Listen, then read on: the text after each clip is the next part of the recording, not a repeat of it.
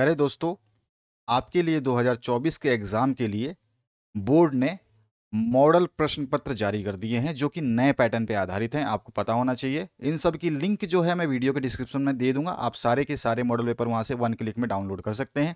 आज हम देख रहे हैं राजनीति विज्ञान का जो नया मॉडल पेपर आया है, ये 2024 के लिए ये किस तरह का प्रश्न पत्र रहेगा और इसमें क्या क्या आंसर्स बनेंगे, सारे आंसर्स को हम डिस्कस करने वाले हैं इस वीडियो के माध्यम से। तो ये 3 घंटे का समय रहेगा आपका प्रश्न पत्र का और 80 पूर्णांक रहेगा। ये मॉडल पेपर का तरीका है आपका। इसमें जो है कितने प्रश्न देखने को मिलेंगे? आपको 26 प्रश्न देखने को मिलेंगे, ठीक है। और ज़्यादातर क्वेश्चन में आपको अथवा ऑप्शंस भी देखने को मिलेगा। जब आपके बड़े क्वेश्चंस आएंगे, 5 नंबर के जो क्वेश्चंस देखने को मिलेंगे वो सारे अथवा में देखने को मिलेंगे। बाकी और हम डिस्कस करेंगे आगे चल के। जो भी अंक होगा प्रश्न के सामने लिखा रहेगा। प्रत्येक प्रश्न को ध्यान से पढ़ना है और उसका समुचित जो उत्तर होता है वही लिखना है आपको। प्रश्न संख्या जो 1 है वो बहुविकल्पीय प्रश्न है। इस प्रश्न के उत्तर में 4 विकल्प दिए गए हैं। सही विकल्प का चयन करके उत्तर पुस्तिका में आपको लिख देना है। प्रश्न संख्या 2 से लेकर 7 तक जो है इसमें निश्चित उत्तरीय प्रश्न है। ये भी 1 नंबर का रहेगा। 2 से लेकर 7 तक ये 1-1 नंबर का क्वेश्चन रहेगा जिसमें आपको उत्तर लिखने होंगे।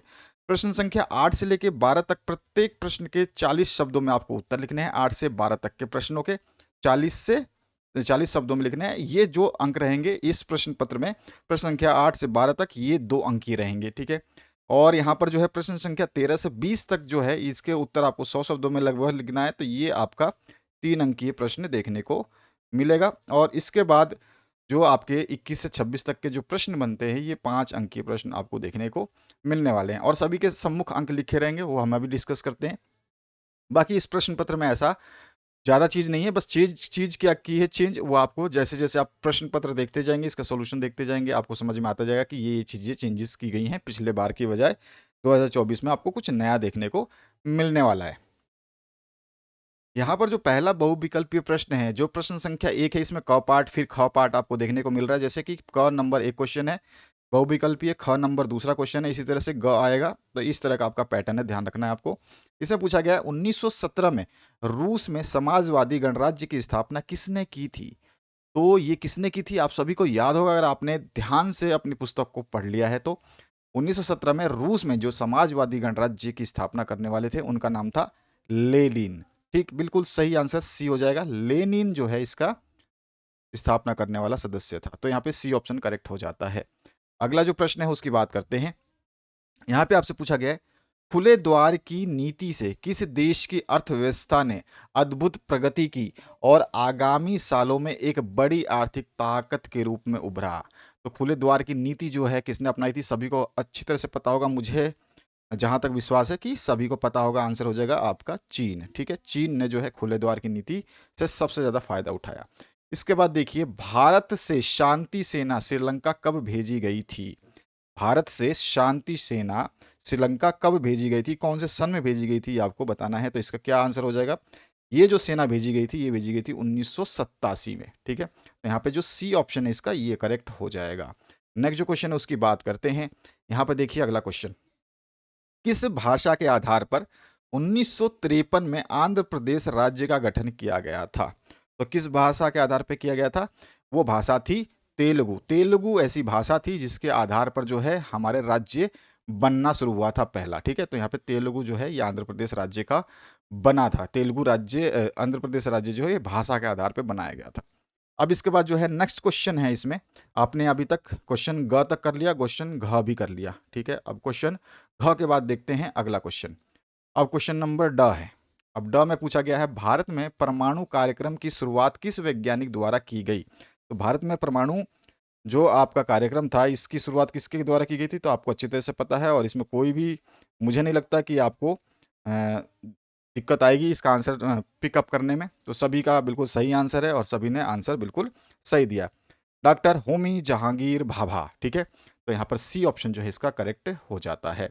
नेक्स्ट क्वेश्चन की बात करते हैं। निम्नलिखित में से कौन सा खतरे का नया स्रोत है? निम्नलिखित में से कौन सा खतरे का नया स्रोत है? तो देखो, आतंकवाद जो है ये भी आपका पहले से तो चला आ रहा है, ठीक है। और वैश्विक निर्धनता ये तो आपकी हमेशा से चलती आ रही है।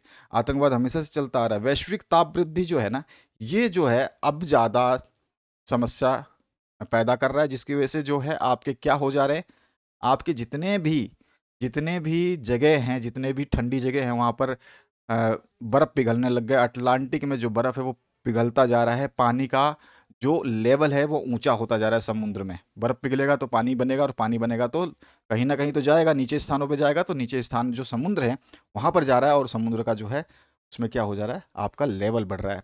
तो सबसे जो अगर हम नया खतरा माने तो वो है वैश्विक ताप वृद्धि। हालांकि आतंकवाद, वैश्विक ताप वृद्धि और वैश्विक निर्धनता तीनों ही खतरे हैं, लेकिन हम लेटेस्ट की बात करें, जो सबसे ज़्यादा हमें चकित कर रहा है वो वैश्विक ताप है। यहाँ पे बी ऑप्शन हम करेक्ट कर लेते हैं। आगे बढ़ते हैं। इसके च क्वेश्चन को हमने कर लिया, अब बात करते हैं हम इसके छ क्वेश्चन को। ध्यान रखिएगा, यही पैटर्न रहेगा, न्यू पैटर्न है ये। बोर्ड ने जारी कर दिया है, आपके सारे सब्जेक्ट के क्वेश्चंस जारी कर दिए गए हैं, और सभी के सॉल्यूशंस आपको 1 बाय 1 सब्जेक्ट का मिलता रहेगा। ना आप मैक्सिमम जो है अपने दोस्तों के साथ में इसको पढ़ें, और इसी हिसाब के क्वेश्चंस आएंगे, आप उनको तैयार करें। और भी क्वेश्चंस जो है मैंने ऑलरेडी करवाए हुए हैं, जो प्रीवियस ईयर के क्वेश्चन पेपर है वो सॉल्व किया हुआ है, उसको देखिए। और 2023 का जो मॉडल पेपर था वो भी मैंने सॉल्व करवाया था, 2022 का जो मॉडल पेपर था वो भी सॉल्व करवाया है। तो उन सभी पेपर्स को अगर आप देख लेते हैं, 3-4 पिछले जो मॉडल पेपर्स हैं उनको छोड़ना नहीं है, ताकि आप जो है आसानी से अपने पूरे के पूरे मार्क्स ले सकते हैं। इसी में से क्वेश्चंस घुमा के बनेंगे। यहाँ पूछा गया आपसे, 1975 में संसद मार्च का नेतृत्व किसने किया था? तो 1975 की बात कर रहा है, तो उस समय किसने किया था? तो आप सभी को अच्छे तरह से याद होगा, जयप्रकाश नारायण ने किया था। तो यहाँ पे जो है डी ऑप्शन आपका करेक्ट हो जाता है। अगला जो ज क्वेश्चन है, इसमें आपका असर्शन और रीजनिंग के भी क्वेश्चन आएंगे, ठीक है। आपके पास थोड़ा सा आपको ध्यान रखना है। ज क्वेश्चन क्या कह रहा है, जुलाई 1985 में पंजाब में शांति स्थापित करने के लिए किनके बीच पंजाब समझौते पर हस्ताक्षर किए गए थे? तो किनके बीच था? राजीव गांधी तो थे ही, हरचंद लोगोवाल भी था, ठीक है ना। तो ये आपका डी ऑप्शन यहाँ पे भी करेक्ट हो जाता है आपका, राजीव गांधी और हरचंद लोगोवाल। अब इसके बाद आते हैं असर्शन रीजन, यानी कथन और अभिकथन जो आपका है, इसके बारे में हम पढ़ेंगे, ठीक है। कारण और अभिकथन जो दिया गया है ये पूछेगा, और इसमें से आपको एक सही बताना है। तो झ क्वेश्चन जो है यहाँ पे पूछ रहा है आपसे, इसमें पूछ रहा है अभिकथन क्या दिया है, यानी कि इसको असर्शन बोलते हैं। असर्शन बोला गया है, वैश्वीकरण, व्यापार, पूंजी, तकनीकी हस्तांतरण, सूचना प्रवाह द्वारा देश की अर्थव्यवस्था का विश्व अर्थव्यवस्था के साथ समन्वय है। तो वैश्वीकरण बिल्कुल सही है। वैश्वीकरण जो है व्यापार, पूंजी, तकनीक हस्तांतरण, सूचना प्रवाह द्वारा देश की अर्थव्यवस्था का विश्व की अर्थव्यवस्था के साथ समन्वय है। ये बिल्कुल कथन सही है, वैश्वीकरण यही कहता है। वैश्वीकरण की डेफिनेशन भी आती है कई बार, ठीक है। अब इसमें इसने तो असर्शन बोला है, अभिकथन तो ये दे दिया। अब इसका कारण क्या बोल रहा है? कारण बोल रहा है वैश्वीकरण की प्रक्रिया से स्थानीय संस्कृतियों पर पहचान का संकट उत्पन्न हुआ है। तो रीजन जो है, ये रीजन तो आपका जो स्टेटमेंट यहाँ पे दिया गया है ये बिल्कुल सही है कि वैश्वीकरण की प्रक्रिया से क्या हुआ है, वैश्वीकरण की प्रक्रिया से स्थानीय संस्कृतियों पर पहचान का संकट उत्पन्न हुआ है। लेकिन जो असर्शन दिया गया है इसके लिए ये रीजन सही नहीं है। कारण जो यहाँ लिखा गया है ये कारण तो सही है, लेकिन ये जो है सही व्याख्या नहीं कर रहा है किसका? असर्शन का। अभिकथन जो दिया गया, अभिकथन अपनी जगह सही है और कारण अपनी जगह सही है, लेकिन अभिकथन का जो कारण दिया है वो कारण सही नहीं है। तो हम यहाँ पे ऑप्शन देखते हैं, कारण और अभिकथन के बीच में क्या ऑप्शन है हमारे पास? 4 ऑप्शन है। ये बोल रहा है कि अभिकथन जो ए है और कारण जो आर है दोनों ही सही हैं, तो दोनों तो सही हैं, ठीक है। और कारण आर जो है अभिकथन ए को सही व्याख्या करता है, तो ये गलत है। अभिकथन ए, कारण जो आर है नीचे वाला, ये अभिकथन ए की सही व्याख्या नहीं करता है। वैश्वीकरण की प्रक्रिया से स्थानीय संस्कृतियों पर पहचान का संकट उत्पन्न हुआ है, तो संकट भले उत्पन्न हुआ है, लेकिन वैश्वीकरण तो व्यापार, पूंजी और तकनीकी हस्तांतरण के द्वारा जो है अपनी अर्थव्यवस्था का विश्व की अर्थव्यवस्था से समन्वय बैठाता है, तो इसका कारण तो ये होगा नहीं, ठीक है। तो हमारा दूसरा ऑप्शन देखिए, अभिकथन ए और कारण आर दोनों सही है, परंतु कारण आर अभिकथन ए की सही व्याख्या नहीं करता। तो ये बिल्कुल सही है, कारण जो आर है ये वाला, ये आर जो है इस स्टेटमेंट, ऊपर वाले स्टेटमेंट की व्याख्या सही नहीं करता। तो दोनों ही सही है लेकिन व्याख्या नहीं करता, तो यहाँ पे हमारा बी ऑप्शन सही हो जाएगा। अभी आपका जो है ये असर्शन रीजन वाले क्वेश्चंस सीबीएसई में सबसे ज्यादा आते हैं, ये ध्यान रखना है आपको। अब बढ़ते हैं, अगला जो प्रश्न है उसको देखिए। यहाँ पर जो यहाँ आपका आया है, अब ये वाला आपका एमसीक्यू बना।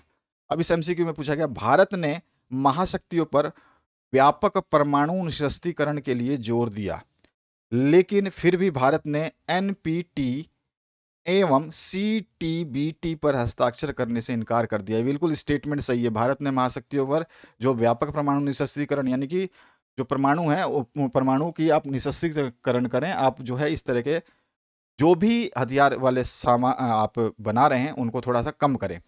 तो ये भारत ने ये कहा था, और फिर भी इस करने के बावजूद भी जो है भारत ने एनपीटी जो है आपका और सीटीबीटी है इस पर हस्ताक्षर करने से इनकार कर दिया था। अभी की लेटेस्ट बात है ये, और बुक में आपने पढ़ लिया होगा।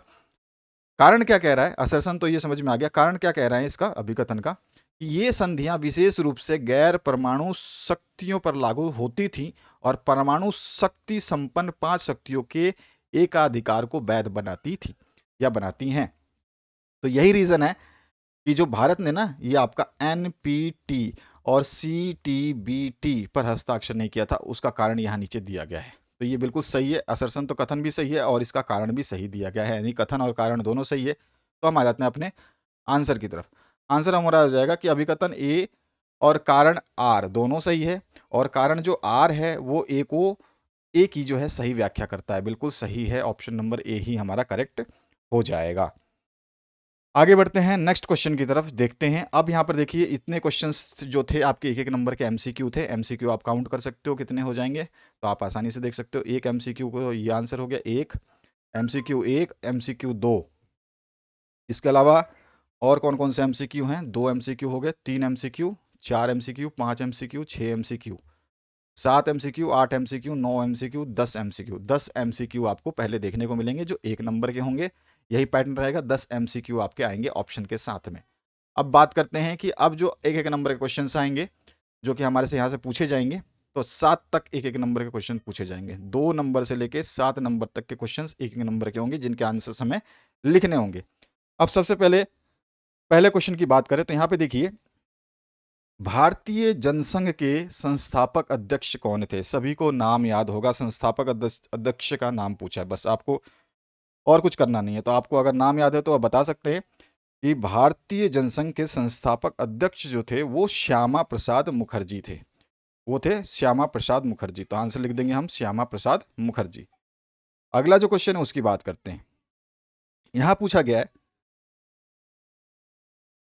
दूसरा जो आपका जो तीसरा प्रश्न है, अंतर्राष्ट्रीय न्यायालय में कितने न्यायाधीश होते हैं। तो आंसर हो जाएगा इसमें 15 न्यायाधीश होते हैं। ठीक है, तो 15 न्यायाधीश आप इसका आंसर लिख देंगे। चौथा जो प्रश्न पूछा गया, पृथ्वी सम्मेलन में जलवायु परिवर्तन, जैव विविधता और वानिकी के संबंध में निर्धारित नियमाचार को किस नाम से जाना जाता है। तो उसको हम बोलते हैं एजेंडा 21। तो हमारा इसका आंसर क्या हो जाएगा, उसको हम बोलते हैं एजेंडा 21। पांचवा जो क्वेश्चन इसमें पूछा गया है, मंडल आयोग की सिफारिशें किस मुद्दे से संबंधित हैं। तो मंडल आयोग की सिफारिशें जो थी वो थी सामाजिक और शैक्षिक रूप से पिछड़े हुए लोगों को आरक्षण देना। ठीक है, सामाजिक और शैक्षिक रूप से पिछड़े वर्ग को जो है आरक्षण देना। तो ये जो थी ये इसकी क्या थी, मंडल आयोग की सिफारिशों का जो मुद्दा मेन था वो क्या था, सामाजिक और शैक्षिक रूप से पिछड़े वर्ग के आरक्षण से जो है संबंधित था। इसके बाद पूछा गया 1969 के राष्ट्रपति चुनाव में कांग्रेस पार्टी के अधिकृत प्रत्याशी कौन थे। तो वो प्रत्याशी जो थे वो थे वीवी गिरी। तो वीवी गिरी जो है इसका आंसर हो जाएगा, तो हम लिख देंगे इसका आंसर वीवी गिरी। इसके बाद जो नेक्स्ट क्वेश्चन पूछा गया है, जो सातवां अंतिम प्रश्न रहेगा एक नंबर का, इसमें पूछा गया वैश्वीकरण के विरोध में निर्मित विश्वव्यापी मंच का नाम लिखिए। वैश्वीकरण के विरोध, जो वैश्वीकरण हम ग्लोबलाइजेशन पढ़ते हैं, इसका विरोध किया गया था और उस विरोध करने वाली संस्था का नाम यहाँ से विश्व मतलब पूरे वर्ल्ड लेवल पे वो संस्था है, उसका नाम बताना है। और आपने पढ़ा भी होगा उस संस्था का नाम क्या हो जाएगा, आंसर हो जाएगा विश्व सामाजिक मंच, जिसको डब्ल्यू सोशल फोरम बोलते हैं, WSF बोलते हैं इसको, शॉर्ट फॉर्म में इंग्लिश में बोलते हैं वर्ल्ड सोशल फोरम, विश्व सामाजिक मंच। ठीक है, तो ये इसका आंसर होगा जो एक एक नंबर के। अब 2 नंबर के क्वेश्चनों की बात करेंगे, तो सबसे पहले 2 नंबर के क्वेश्चन की बात करते हैं जिसमें पूछा गया 8वां प्रश्न। 8वें प्रश्न पूछा गया आसियान क्या है स्पष्ट कीजिए। तो आसियान के बारे में आपको बताना है। ये 2022 में भी क्वेश्चन आ चुका है, कई बार क्वेश्चन आ चुका है, इसे बहुत इंपॉर्टेंट क्वेश्चन होता है। तो इसका आंसर की बात करें हम, आसियान का पूरा नाम जो है दक्षिणी पूर्वी एशियाई राष्ट्र संघ है, जिसका उद्देश्य अपने 10 सदस्यों, जिसमें ब्रुनेई है, कंबोडिया है, इंडोनेशिया है, लाओस है, मलेशिया है, म्यांमार है, फिलीपींस है, सिंगापुर, थाईलैंड और वियतनाम के बीच आर्थिक और सुरक्षा सहयोग को बढ़ावा देना है। तो आसियाना क्या है? जो आपका आसियान है ये क्या है? तो ये आपको बता देना है कि आसियान जो है इसका पूरा नाम दक्षिणी पूर्वी एशियाई राष्ट्र संघ है। इसका उद्देश्य क्या है, यानी कि आसियान क्यों है, क्या है, यही पूछा है आपसे क्या है। तो ये एक ऐसा संघ है जिसका उद्देश्य क्या होता है, क्योंकि 2 अंक के प्रश्न है तो 2 अंक के हिसाब से आपको आंसर देना है। ये जो है आपको इस 10 सदस्य का नाम याद रख लेना है। ब्रुनेई है, कंबोडिया है, इंडोनेशिया है, Laos, Malaysia, Myanmar, Philippines, Singapore, Thailand और वियतनाम। ये इन सभी के बीच में जो है आर्थिक सहायता और सुरक्षा के सहयोग को जो है बढ़ावा देने का कार्य करता है आसियान, जो ये राष्ट्र संघ है ये। ठीक है, तो बस ये आपका 8वें नंबर का आंसर हो जाएगा। बात करते हैं 9वें प्रश्न के आंसर की।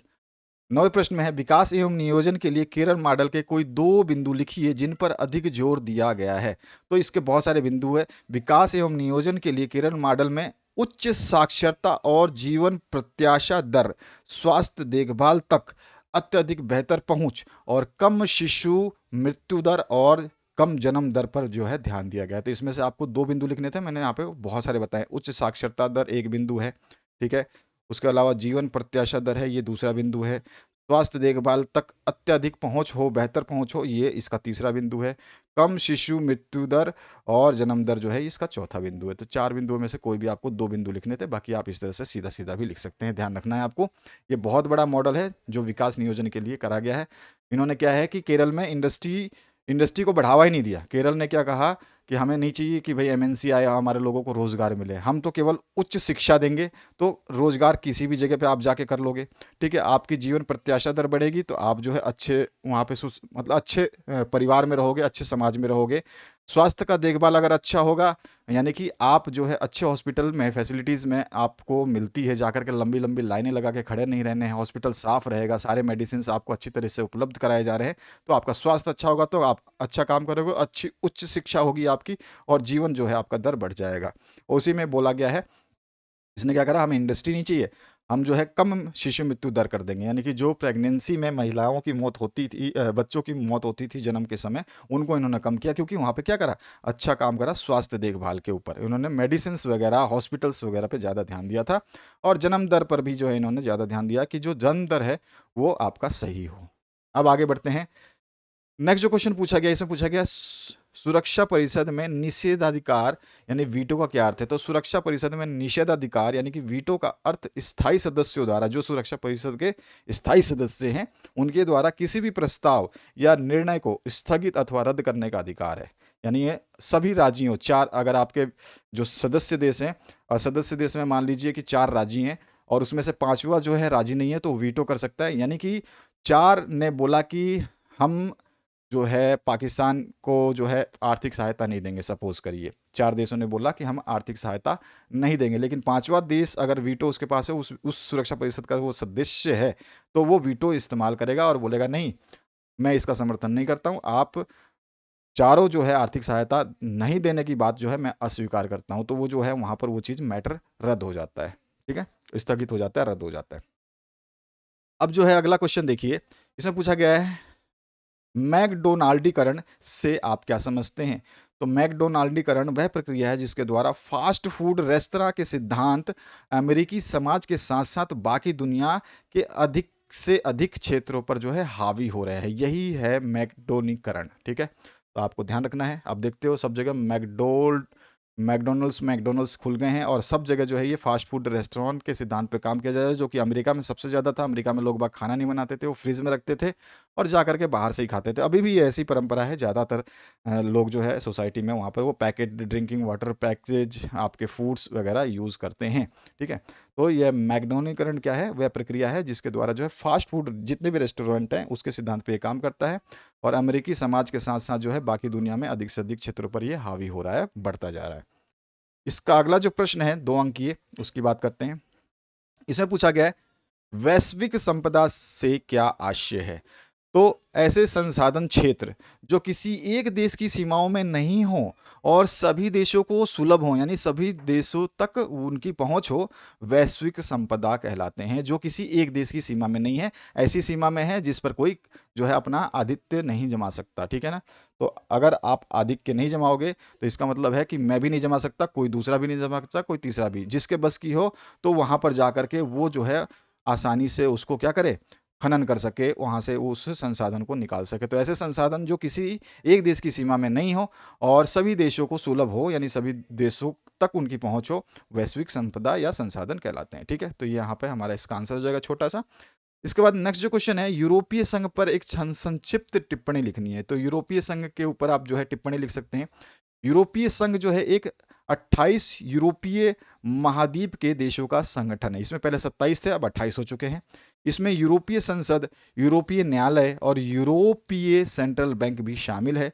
यूरोपीय संघ ने यूरो की स्थापना, अब यहाँ पे देखिए क्वेश्चन आपका जो 3 अंक से शुरू हो रहा है, यहाँ तक आपके 2 अंक के प्रश्न थे, कहाँ तक, 12 अंक तक। आपको मैंने अभी अभी स्टार्टिंग में बताया था कि 12 प्रश्न जो है आपके जो 12 तक रहेंगे वो 2 अंक के रहेंगे। 12 के बाद 13 से कुछ आने वाले जो 17, 18 या 22 क्वेश्चन है वो आपके 3 अंक के रहेंगे। उसके बाद में बाकी प्रश्न 5 अंक के रहेंगे। तो यहाँ पे बोला गया है, यूरोपीय संघ ने यूरो की स्थापना की, जो बाद में जाकर के 12 देशों की राष्ट्रीय मुद्रा बना। यूरो आप जानते हैं। और यूरोपीय संघ में शामिल देश एक आंतरिक बाजार जो है साझा करते हैं, जिसको ये संचालित करते हैं, जिसमें जो है सेवाओं की मुफ्त आवाजाही होती है, यानी कि कोई टैक्स नहीं लगता। जो यूरोपीय के ये 8 सदस्य देश हैं, ये आपस में जब डील करते हैं तो वहाँ पर ट्रेड बैरियर जो है समाप्त कर दिया गया है। तो आप इस तरह से इस पर संक्षिप्त टिप्पणी लिख सकते हैं। अगर आपको ये टिप्पणी पसंद नहीं आती तो आप दूसरी टिप्पणी ये लिख सकते हैं, क्योंकि मैंने इसकी टिप्पणी अलग से दूसरी भी दी है। यूरोपीय संघ वास्तव में एक 28 देशों का ऐसा समूह है जो यूरोपीय क्षेत्र में आर्थिक और सामाजिक विकास के लिए समर्पित है। यह संस्थान यूरोपीय देशों का एक ऐसा राजनीतिक संगठन है जिसे आपस में सभी सदस्य देशों को मिलकर यूरोप के विकास की रणनीति बनाने और उसे लागू करने के लिए गठित किया गया है। तो ये भी आप टिप्पणी छोटा सा लिख सकते हैं, ठीक है। यूरोपीय संघ क्या है। इसके बाद जो 14 नंबर जो प्रश्न है उसकी बात करते हैं।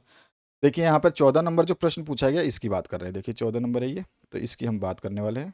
फिर आगे हम जैसे जैसे बढ़ते जाएंगे बात हमारी क्वेश्चन की चलती रहेगी। मूलवासियों ने अपने अधिकारों के लिए किस प्रकार संघर्ष किया, व्याख्या कीजिए। मूलवासी जो है, जो आदिवासी होते हैं उन्हीं को हम मूलवासी कहते हैं। और अगर इसकी डेफिनेशन कभी कभी पूछता है तो मूलवासी वो बासिंदे या इंसान होते हैं जो अपने किसी भौगोलिक क्षेत्र में बहुत ही पुराने या लंबे समय से रहते आए हैं, लेकिन कुछ बाहरी लोग आकर के वो उनको अपने वश में कर लेते हैं, यानी कि उनके ऊपर वो डोमिनेट करते हैं, उनके ऊपर जो है वो राज करते हैं। तो मूलवासी जो है वो कौन है, सबसे ज्यादा आदिवासी जो है मूलवासी कहलाते हैं, ठीक है। भारत सहित वर्तमान विश्व में जितना भी विश्व है उसमें मूलवासियों की जनसंख्या लगभग 30 करोड़ है। दूसरे सामाजिक आंदोलनों की जो भी हुए थे आंदोलन, उसी तरह से मूलवासी जो आदिवासी थे, इन्होंने भी अपने संघर्ष एजेंडा और अधिकारों के लिए आवाज उठाए हैं, ठीक है। इसमें हमें बताना है कि अधिकारों के लिए किस प्रकार संघर्ष किया, इन्होंने क्या क्या किया होगा। तो इसमें हम पहला पॉइंट बता सकते हैं, मूलवासियों ने विश्व समुदाय में बराबरी का दर्जा पाने के लिए आंदोलन चलाए। मूलवासियों की अपने देश की सरकारों से मांग है कि इन्हें मूलवासी के रूप में अपनी स्वतंत्र पहचान रखने वाला समुदाय माना जाए।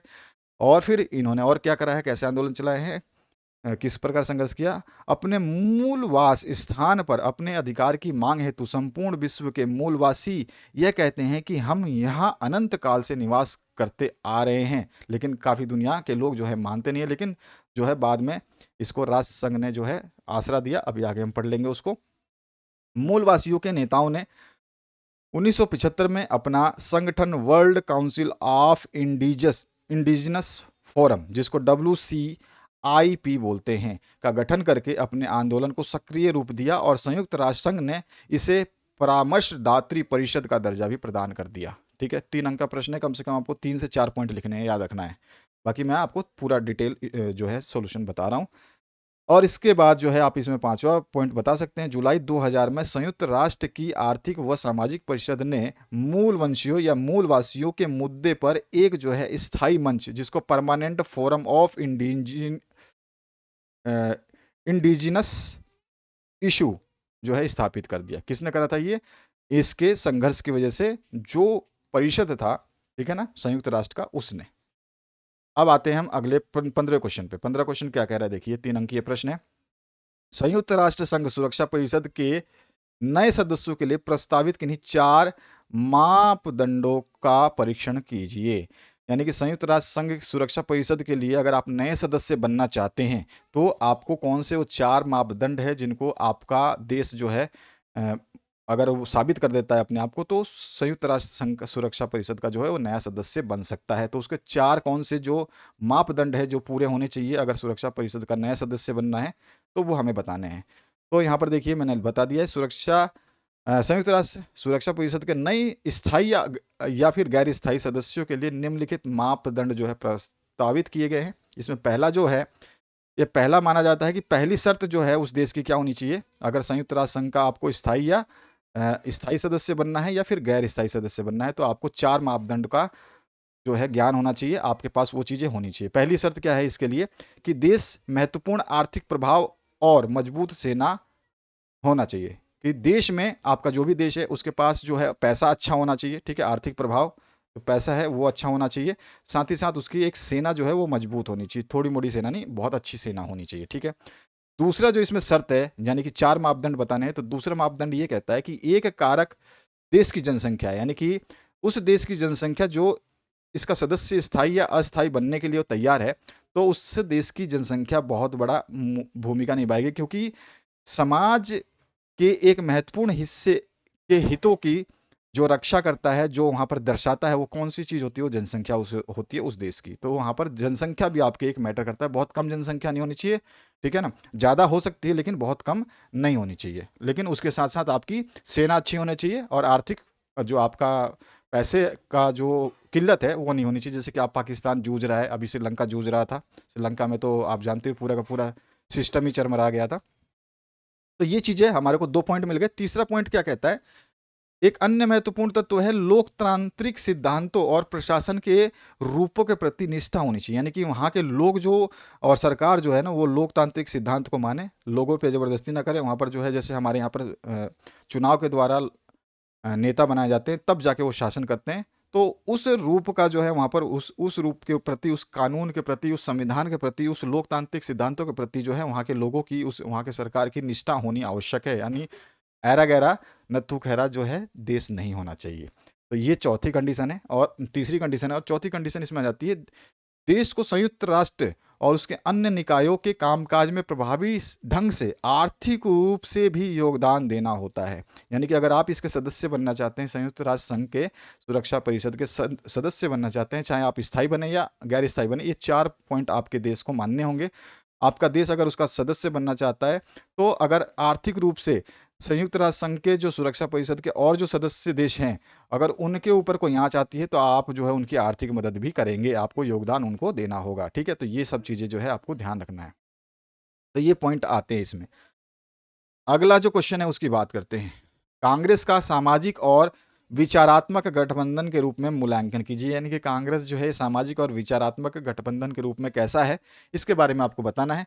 तो कांग्रेस पार्टी की स्थापना जो है सन 1985 में हुई थी, सॉरी 1885 में हुई थी।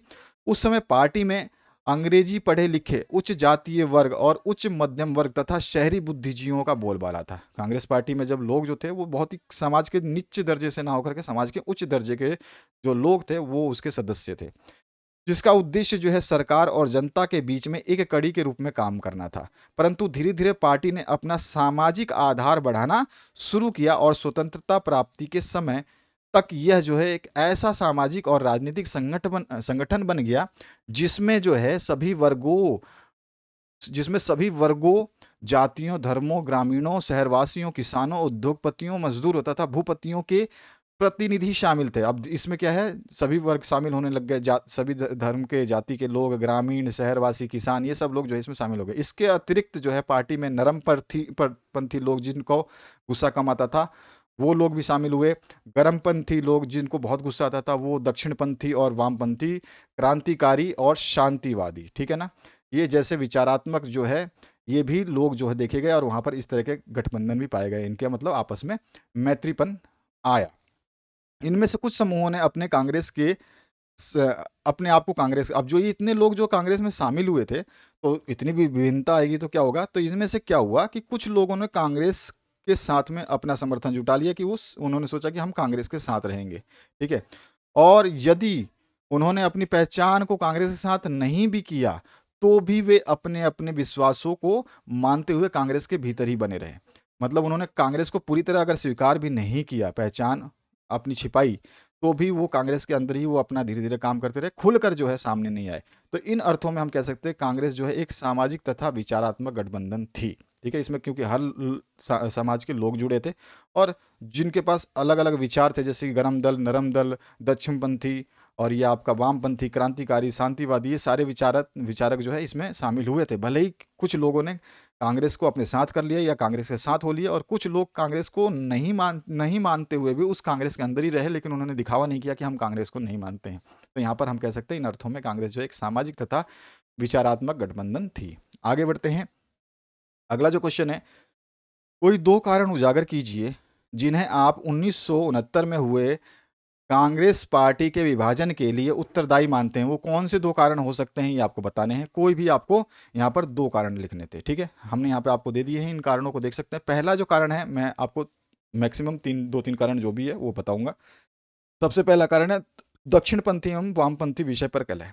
इसमें क्या हुआ था कि जो कांग्रेस के कुछ सदस्य का विचार था कि राज्यों में जो कांग्रेस को दक्षिणपंथी विचारधारा के दलों के साथ जो है मिलकर के चुनाव लड़ना चाहिए। कुछ लोग जो, तो मैंने अभी आपको ऊपर वाले क्वेश्चन में बताया कि उसमें दक्षिणपंथी भी थे, वामपंथी भी थे। तो दक्षिणपंथी ये मानते थे कि कांग्रेस हमारे साथ हो और हमारे साथ जो है चुनाव लड़े, जबकि कुछ जो कांग्रेसी थे वो मानते थे कि कांग्रेस जो है वामपंथियों का साथ दे, उनकी विचारधारा वाले लोगों का साथ दे और उनके साथ जो है मिल करके वो चुनाव लड़े। तो यहाँ पर जो है इन दोनों में क्या था, इस विषय पे कलह हो गया, इन पे मतभेद हो गई थी। तो ये विभाजन का एक कारण बना कांग्रेस पार्टी का। दूसरा क्या था, राष्ट्रपति पद के लिए उम्मीदवार के विषय में मतभेद था। राष्ट्रपति किसे बनाया जाए, ये भी थोड़ी समस्या थी। इसके लिए इन्होंने क्या करा, कांग्रेस ने सन 1967 में होने वाले राष्ट्रपति चुनाव को जो है लेकर मतभेद कर दिया, और श्रीमती इंदिरा गांधी जहां जाकिर हुसैन को राष्ट्रपति पद के लिए उम्मीदवार बनाना चाहती थी, वहीं जो कांग्रेस के सिंडिकेट थे, जो बड़े बड़े अपने आप फैसले लेते थे, वो इसका विरोध करते थे। किसका, इंदिरा गांधी का, ठीक है। तो यहाँ पर ये भी मतभेद हुआ। उसके अलावा क्या हुआ, तो एक और था कि युवा तुर्क और सिंडिकेट के बीच कलह हो गई। जो युवा लोग थे, युवा तुर्क और सिंडिकेट के बीच मतभेद रहा था, वो दोनों आपस में टकराते थे। सिंडिकेट किसी की सुनता नहीं था। कांग्रेस सिंडिकेट में जो कुछ ऐसे लोग थे जिनका दबदबा चलता था, उन्हीं को सिंडिकेट कहते थे। ये भी क्वेश्चन पूछा जाता है। जहां युवा तुर्क बैंकों के राष्ट्रीयकरण और राजाओं के प्रीवी पर्स को समाप्त करने के पक्ष में था, वहीं सिंडिकेट जो है इसका विरोध करता था। तो युवा पक्ष क्या करता था, राष्ट्रीयकरण और राजाओं को जो प्रीवी पर्स दिया जाता था ना, तो उसके समाप्त करने के लिए विरोध करता था। लेकिन सिंडिकेट जो है इन युवा तुर्क का जो है समर्थन नहीं करता था और ये इनके विरोध में था। तो ये भी एक कारण है। तो तीन कारण बता दिए, हमें दो ही बताने हैं, और भी एक कारण बताता हूँ। मोरारजी देसाई के वित्त विभाग का वापस लेना। मोरारजी जो उस समय देसाई थे, वो वित्त विभाग चलाते थे, उसका उनको हेड बनाया गया था। तो 1969 में श्रीमती इंदिरा गांधी द्वारा जो है मोरारजी देसाई से वित्त विभाग जो है ले लिया गया। और लेने के कारण जो है, अब भाई किसी को किसी पद से हटाओगे तो उसको तो गुस्सा फूटेगा ही, उसके साथ वाले जो उसके दल में शामिल है वो लोग जो है आपका विरोध करेंगे, तो उस तरह से मतभेद बन गया। तो ये सारे मतभेद के कारण थे, बाकी आपकी मर्जी है। इस वजह से कांग्रेस जो है टूटा। और भी है, लंबी स्टोरी है। बाकी हमें जो मेन छोटे, अब क्योंकि बड़ा क्वेश्चन नहीं है तो हम बड़े तरह का उत्तर नहीं लिखेंगे, हम थोड़ा सा शॉर्ट वाला उत्तर लिखेंगे। 3 अंकीय प्रश्न में ज़्यादा नहीं लिखना है हमें, जितना पूछा जा रहा है उतना ही लिखना है। 1975 के आपातकाल के आसपास की अवधि को संवैधानिक संकट की अवधि के रूप में क्यों जाना जाता है, कोई एक कारण की व्याख्या कीजिए। देखिए 1975 के आपातकाल के आसपास की अवधि को संवैधानिक संकट के रूप में इसलिए जाना जाता है क्योंकि आपातकाल का देश के संवैधानिक ढांचे पर जो है अनुकूल प्रभाव नहीं पड़ा था। जब आपातकाल लगाया था, पूरा का पूरा जब देश बंद किया गया था ना, जैसे कि हमने कोरोना में देखा, तो उस समय जो अनुकूल यानी कि अच्छा प्रभाव नहीं पड़ा था आपातकाल को लगाने का। संविधान के समक्ष जो है कई नई चुनौतियां खड़ी हो गई, और आपातकाल के दौरान ही संविधान का 42वां संशोधन पारित किया गया, जिससे संविधान के कई हिस्सों में बदलाव हुआ। अब क्या हुआ, आपातकाल जो हुआ था उस समय जो है 42वां संशोधन संविधान में किया गया। ये 42वां संशोधन किया गया, ये किस लिए किया गया कि ये संशोधन इसलिए किया गया कि ये चाहते थे कि जो है चुनाव को हटा दूं, और इंदिरा गांधी जो है वो अपनी राजगद्दी ना छोड़े, वो मंत्री बनी रहे। इसलिए संशोधन किया क्योंकि उस समय कांग्रेस में वही पावर में थी। तो संशोधन जो है 42वां संशोधन पारित किया गया, जिसमें संविधान के कई हिस्सों में बदलाव किए गए, ठीक है? और ये बदलाव किए गए तो संविधान के ये परिवर्तन जो है लोकतंत्र की आत्मा के प्रतिकूल थे, यानी कि लोकतंत्र की आत्मा जिसे हम संविधान को कहते थे, वो संविधान के खिलाफ जो इसमें जो है क्या हो रहे थे, संशोधन हो रहे थे, संशोधन किए जा रहे थे। और ये परिवर्तन क्या थे, किस तरह के संशोधन थे? जो व्यवस्था की पालिकाएँ हैं, उसके कार्यकाल में परिवर्तन कर दिया गया, ठीक है? कि कितना कार्यकाल रहेगा, और आपातकाल के दौरान जो है चुनावों को 1 वर्ष के लिए स्थगित कर दिया गया, जो कि अपनी मनमानी कर रहे थे। यानी कि यहाँ पर जो है पूरी जनता जो चाहती थी कि चुनाव हो, हम किसको चुनें, वो सब इन्होंने रोक दिया ताकि चुनाव ना हो और हम सत्ता में बने रहें। जिसके कारण जो है संविधान के संतुलन तथा व्यक्ति के मौलिक अधिकारों पर प्रश्न चिन्ह लग गया। ऑब्वियस सी बात है, संविधान में आप इतना सारा छेड़छाड़ कर रहे हो, आप जो है चुनाव स्थगित कर रहे हो, और जो कार्यपाल या न्यायपालिका जो राज्य की है उसके कार्यकाल पे भी परिवर्तन कर रहे हो, तो यहाँ पे पूरा का पूरा संतुलन खराब हो रहा है। जो संविधान लिखा गया था उसका 42वां संशोधन किया गया था, और व्यक्ति के यहाँ पर सीधा सीधा कह सकते हैं जो भी मौलिक अधिकार थे, वोट देने का अधिकार, शांति से रहने का अधिकार, ये सब पे इस प्रश्न चिन्ह लग गया। इसी वजह से जो है उस अवधि को संवैधानिक संकट की अवधि के रूप में भी जाना जाता है, ठीक है? क्योंकि यहाँ पे संविधान से जो है छेड़छाड़ हुई थी, खिलवाड़ हुआ था। अब आगे बढ़ते हैं। गठबंधन सरकारें किस प्रकार अधिक लोकतांत्रिक होती हैं, स्पष्ट कीजिए। तो गठबंधन सरकार का मतलब होता है कि 2-3 सरकारें मिलकर के कोई एक सरकार बनाएं। तो गठबंधन सरकार का मतलब है सरकार का वो ऐसा रूप जिसमें कई राजनीतिक दल जो है सरकार बनाने के लिए सहयोग देते हैं, ठीक है? सहयोग करते हैं, जिससे गठबंधन के भीतर भी किसी भी, जब गठबंधन यानी कि कई जब दल मिलेंगे तो ये मिलकर के एक सरकार बनाएगा, जिसमें किसी एक दल का जो है वर्चस्व नहीं रहता, प्रभुत्व नहीं रहता, कोई एक दल ये फैसला नहीं कर सकता, सभी दलों से सलाह लेने के बाद ही किया जाएगा। तो इसी को बोलते हैं हम गठबंधन सरकार। और सत्ता में एक दल से अधिक दलों की भागीदारी होने पर जो है लोकतंत्र सोचते थे कि कमजोर होगा, लेकिन कमजोर होने की बजाय क्या हुआ, लोकतंत्र जो है मजबूत होता गया है। इससे यह स्पष्ट होता है कि कोई दल अपने बलबूते संसद में बहुमत प्राप्त नहीं कर सकता, इसलिए गठबंधन सरकारें जो है अधिक लोकतांत्रिक मानी जाती हैं, ठीक है? अगला जो प्रश्न है उसकी बात करते हैं। यह 20वां प्रश्न जो है 3 अंकीय है। यह पूछा गया 2014 के चुनाव के बाद भारतीय राजनीति में आए किन्हीं 4 बदलाव को स्पष्ट कीजिए। जो भाई 2014 का जो चुनाव हुआ जिसमें नरेंद्र मोदी जो है प्रधानमंत्री बने थे, उसके बाद भारतीय राजनीति में क्या-क्या बदलाव आपको देखने को मिले हैं, ये आप बदलाव जो है अपने हिस्से के 4 बदलाव लिख सकते हैं। पहला मैंने जो बदलाव बताया है, 2014 के बाद जो है भाजपा, जिसको बीजेपी के हम जानते हैं, कि चुनावी जीत ने क्षेत्रीय दलों और कांग्रेस के अस्तित्व को खतरे में डाल दिया, ठीक है? उसके बाद तो आप जानते हो 2014 के बाद 2019 का भी चुनाव जो है बीजेपी ही, भाजपा ही जीती है।